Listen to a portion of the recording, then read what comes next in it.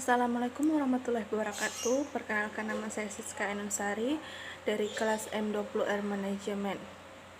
Pada kesempatan kali ini saya akan membahas materi dengan judul pengantar dasar statistika. Yang pertama, pengertian statistika. Statistika adalah ilmu pengetahuan yang mempelajari tentang cara atau aturan pengumpulan, pengolahan, penganalisaan, penarikan kesimpulan, dan pengambilan keputusan berdasarkan data dan analisis yang dilakukan. Statistik adalah kumpulan cara dan aturan mengenai pengumpulan, pengolahan, penyajian, penganalisaan, dan interpretasi data untuk mengambil kesimpulan. Peranan statistika. Statistika sangat diperlukan bukan hanya dalam riset, tetapi juga perlu dalam bidang pengetahuan lainnya, seperti teknik, industri, ekonomi, astronomi, biologi, kedokteran, asuransi, pertanian, perniagaan, bisnis, sosiologi, antropologi, pemerintahan, pendidikan, psikolog, meteorologi, geologi, farmasi, ekologi, dan lain sebagainya. Pemerintah menggunakan statistika untuk menilai dan menghitung pembangunan yang terjadi saat ini, masa lalu, dan perencanaan pembangunan di masa depan. Seorang pemimpin mengambil manfaat dari kegunaan statistik untuk melakukan tindakan-tindakan yang perlu dalam menjalankan tugasnya. Lalu, jenis statistika terbagi dari atas dua, yaitu statistika deskriptif dan statistika inferensial. Statistika deskriptif terbagi lagi dari satu, diagram penyajian data, ukuran pemusatan, ukuran penyebaran, time series, dan variabilitas.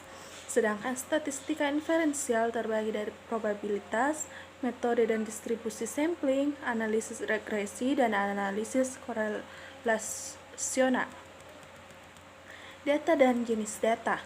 Menurut Gasper pada tahun 1989, data adalah keterangan yang dapat memberikan gambaran tentang suatu keadaan atau masalah.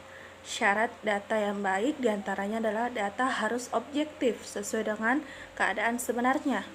Data harus mewakili atau representatif. Data harus up to date dan data harus relevan dengan masalah yang akan dipecahkan. Data yang baru dikumpulkan dan belum mengalami pengolahan apapun disebut data mentah. Data dan jenis data berdasarkan sifatnya terbagi atas dua, data kualitatif di mana tidak berbentuk bilangan atau menurut kualitas objek.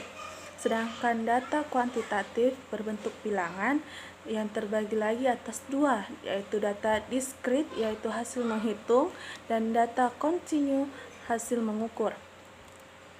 Lalu berdasarkan sumbernya terbagi dari atas data internal di mana menggambarkan keadaan di dalam suatu organisasi. Kedua, data eksternal di mana menggambarkan keadaan di luar organisasi. Yang terbagi lagi atas dua, yaitu data primer di mana diperoleh langsung dari sumbernya dan data sekunder diperoleh dari pihak lain. Lalu berdasarkan skala terbagi atas 4, di mana skala nominal yaitu misalnya jenis kelamin, pekerjaan orang tua, dan sebagainya.